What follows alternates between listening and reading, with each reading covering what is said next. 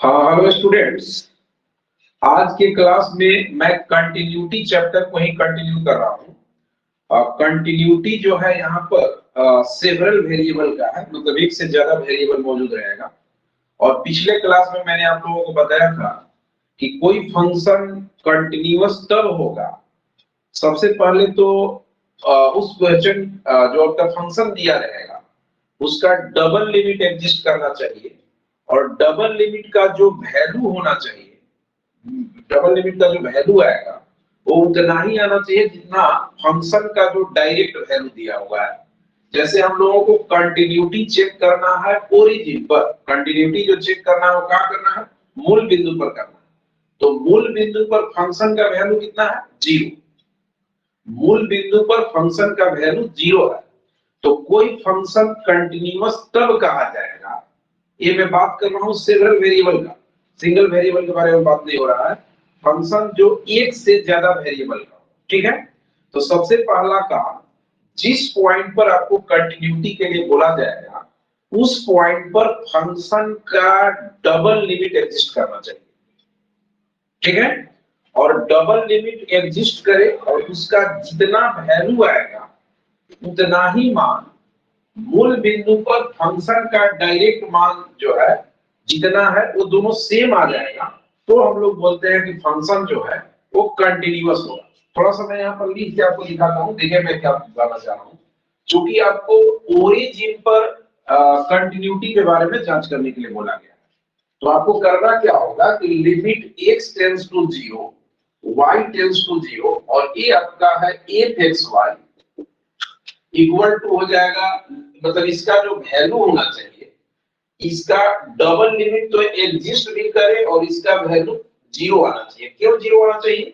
क्योंकि double limit का मान उतना ही आना चाहिए एग्जिस्ट करने के बाद जितना कि फंक्शन का डायरेक्ट मूल बिंदु पर मान दिया। ये दोनों वैल्यू अगर बराबर आएगा तो हम लोग बोलेंगे कि फंक्शन जो है कंटिन्यूअस है, अदरवाइज बोलेंगे कि फंक्शन डिसकंटिन्यूअस है।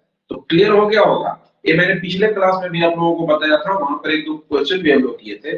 बस आपको ध्यान रखना है कि जो फंक्शन दिया जाएगा, जिस बिंदु पर कंटिन्यूटी के लिए बोला जाएगा उस बिंदु पर फंक्शन का डबल लिमिट एग्जिस्ट करे और कुछ ना कुछ वैल्यू आएगा। तो वो वैल्यू कितना आना चाहिए?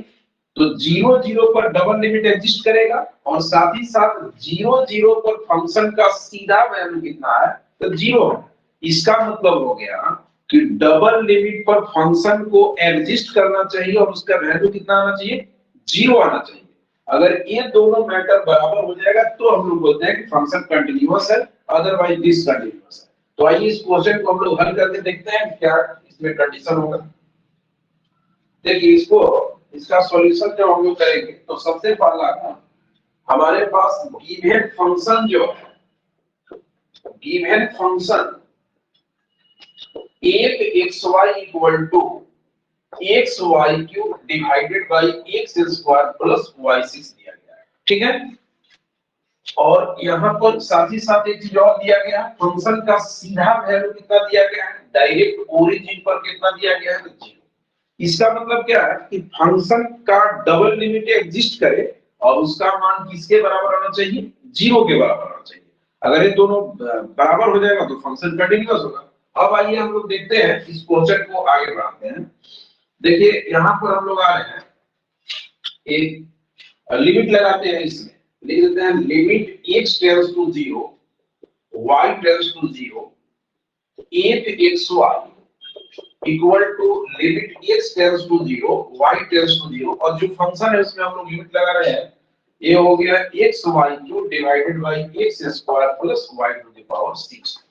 तो हम लोग क्या बताते हैं, या डबल लिमिट एग्जिस्ट करने के लिए हम लोग क्या आप लोगों को बताए हैं, ये बताया गया है कि डबल लिमिट एग्जिस्ट करने के लिए आपको चूंकि ओरिजिन पर आपको डबल लिमिट दिखाना, मतलब शो करना है, तो ये ध्यान रखना है कि ओरिजिन पर पहुंचने के लिए कितने डिफरेंट पाथ से आप ओरिजिन पर पहुंच सकते हैं और उसके अकॉर्डिंग आप लिमिट का वैल्यू निकालेंगे। तो देखिए ओरिजिन पर पहुंचने के लिए एक्स एक्सिस भी है, मतलब x बराबर 0 वाला भी है, y एक्सिस है, मतलब कितना x बराबर 0, a नॉट x बराबर y बराबर 0, और ये आपका y बराबर mx जो है ये भी आपका ओरिजिन पर पहुंच रहा है।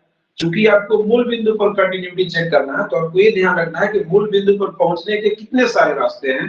और अगर आप दो डिफरेंट रास्ते से अगर हम लोग लिमिट निकाल रहे हैं और दोनों से लिमिट अलग अलग आ गया तो सीधा हम लोग बोलेंगे कि फंक्शन डिसकंटिन्यूअस हो गया। ठीक है, तो ये ध्यान रखना है कि और जनरली हम लोग y बराबर mx का प्रयोग करते हैं क्योंकि y बराबर mx जो है इनफाइनाइट लाइन है जो मूल बिंदु से जाता है। तो मूल बिंदु पर जाने वाले जितने भी कर्व हैं या लाइन है वो सबके थ्रू हम लोग क्या करेंगे लिमिट निकालेंगे। अगर सबसे अगर क्या उसको बोलते हैं इक्वल आ गया तो डबल लिमिट एग्जिस्ट करेगा, अदरवाइज एग्जिस्ट नहीं करेगा। लेकिन यहाँ ध्यान रखना है कि सबके थ्रू हम लोग कैसे निकालेंगे। तो y बराबर mx हर जगह आपका कारगर साबित होता था, लेकिन इस क्वेश्चन के लिए उसमें प्रॉब्लम आएगा। क्यों? क्योंकि y बराबर mx आप वही अप्लाई करेंगे ज्यादा करके। यहाँ पर भी आप कर सकते हैं लेकिन एक डिफरेंट पाथ भी फिर लेना होगा। तो y बराबर जनरली हम लोग वही अप्लाई करते हैं जहां पर फंक्शन होमोजेनियस टाइप का दिखे। यहाँ पर फंक्शन होमोजेनियस टाइप का है नहीं क्योंकि ये नॉन होमोजेनियस है। तो यहाँ पर हम लोग क्या करेंगे एक ऐसा पाथ लेंगे जो एक ही बार में काम क्लियर कर दे, अलग अलग पाथ की आवश्यकता आपको नहीं पड़े। तो मैं पिछले क्लास में आपको बता रहा था कि इस प्रकार का नॉन होमोजेनियस टाइप का चीज आ जाएगा, नॉन होमोजेनियस टाइप का मैटर आ जाएगा। तो इस समय आपको कौन सा पाथ लेना है उसके विषय में मैं थोड़ा आपको बता दूं। क्या करना है कि डिनोमिनेटर को आप जीरो कर दें। क्या टेक करना है? डिनोमिनेटर को आप जीरो कर दें और x स्क्वायर बराबर आप इसको लिखे y6। कुछ लोग बोलेंगे कि माइनस कहाँ गया, ये जस्ट आपका ट्रिक टाइप का है। हम लोग माइनस वगैरह सबको दरकिनार कर रहे हैं, मतलब हटा रहे हैं। तो यहाँ माइनस हम लोग बिल्कुल नहीं लिया जा रहा है। एक क्या हम लोग सपोज करेंगे लेट करेंगे उसके लिए ट्रिक टाइप का बात बताया जा रहा है। तो फिर यहाँ से x का वैल्यू कितना हो जाएगा y3, कुछ इस तरीका से।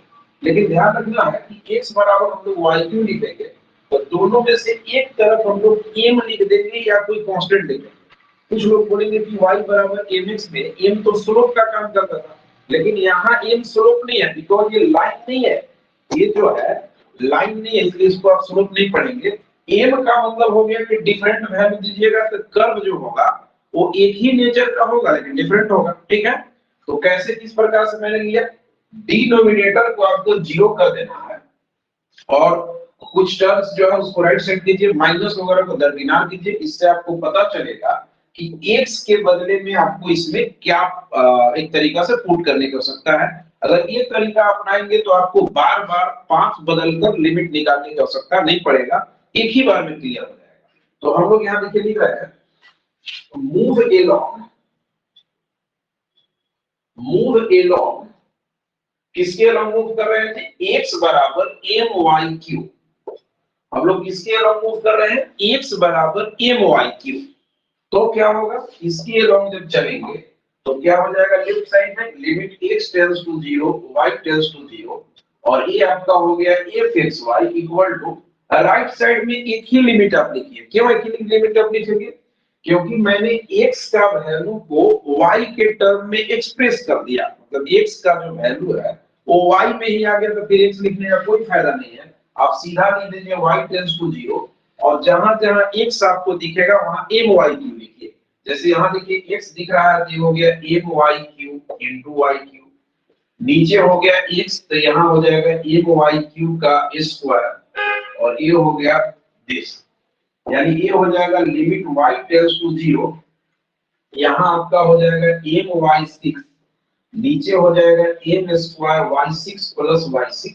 ठीक है, अब हम लोगों को क्या करने की आवश्यकता है, ये जो है लिमिट एक y टेंड्स टू 0, नीचे हम लोग y6 को कॉमन आउट कर दें तो ये हो गया my6 divided by m square plus 1 into y6 से y6 कटा दीजिए।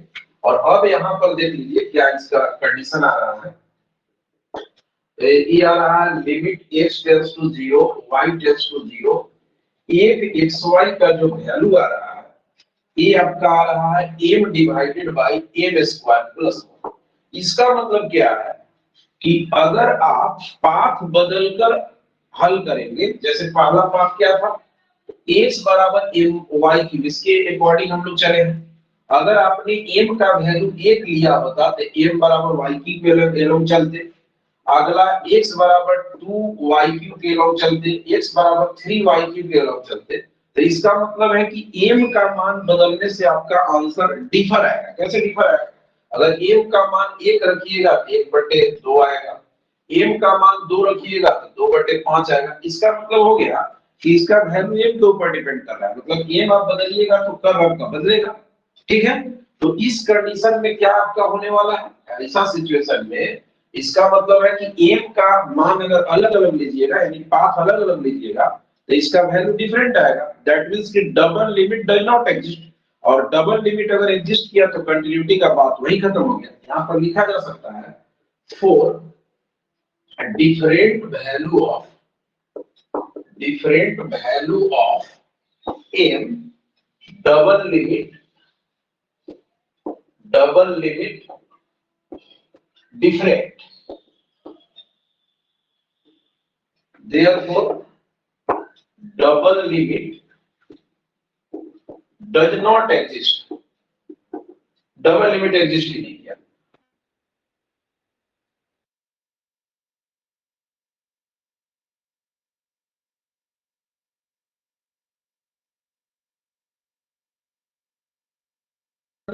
is discontinuous